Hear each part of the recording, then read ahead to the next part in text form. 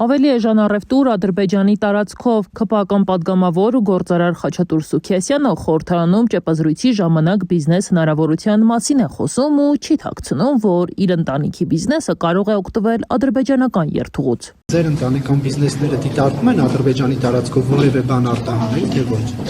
Եթե ճիշտ ասած, եթե գնային քաղաքականություն լավ լինի, մեր ընտանիքը չէ ցանկացած ընտանիք կուզենա, որպեսզի ինքը ավելի մրցունակ լինի։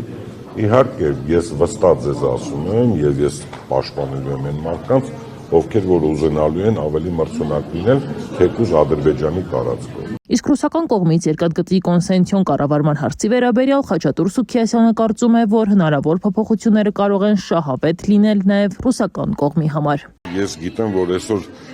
բավականին ֆինանսական եւ տարբեր խնդիրներ կան, ցանկալի է ինչի, որտեղ Ռուսաստանի հետ կպնելու ենք մենք մեկը ինչ-որ մի տեղով։ Եվ լավ կլինի, որ Ռուսաստանը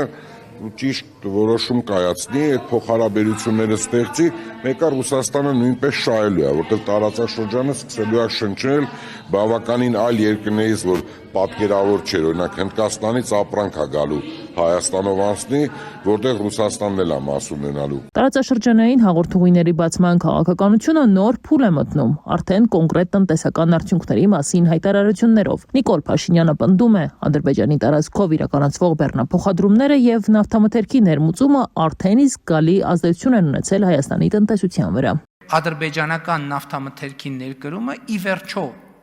այն վերջին գործոնն էր, որի արդյունքում մենք ավարտեցինք նավթամթերքի շուկայում մենաշնորհի կազմաքանդում օպերացիան, որը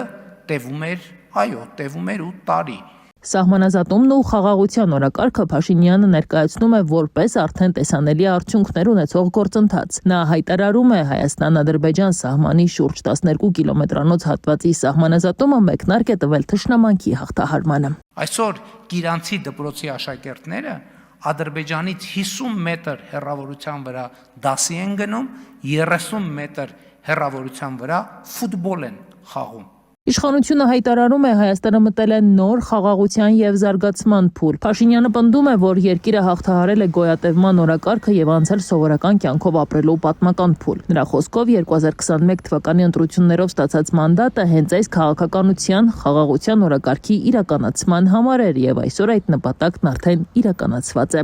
Ղարաբաղը մերն էր եւ այլևս մերը չէ խոսույթը աշխարհքաղաքական թակարդում մեր գտնվելու փիլիսոփայությունն ու հայեցակարգն է։ Իրականությունն այն է, որ Հայաստանի Հանրապետությունը մերը չէր եւ այլևս մերն է։ Կառավարության գործունեության 2021-ից 26 թվականների ծրագրի կատարողականի զեկույցի քննարկումը խորհրդարանում վերածվեց խաղաղության օրակարգի ամփոփման, քաղաքական գնահատականներ հնչեցին։ Նիկոլ Փաշինյանը հայտարարեց, որ Հայաստանը այսօր գտնվում է բոլորովին այլ փուլում, քան 2018 թվականին։ Այսօր մենք անկախ ենք ավելի, քան երբևէ, ինքնիշխան ենք ավելի, քան երբևէ, պետություն ենք ավելի, քան երբևէ, ժողովրդավարական ենք ավելի, քան երբևէ, զարգացած ենք ավելի, քան երբևէ, խաղաղ ենք ավելի, քան երբևէ, բարեկեցիկ ենք ավելի, քան երբևէ, անվտանգ ենք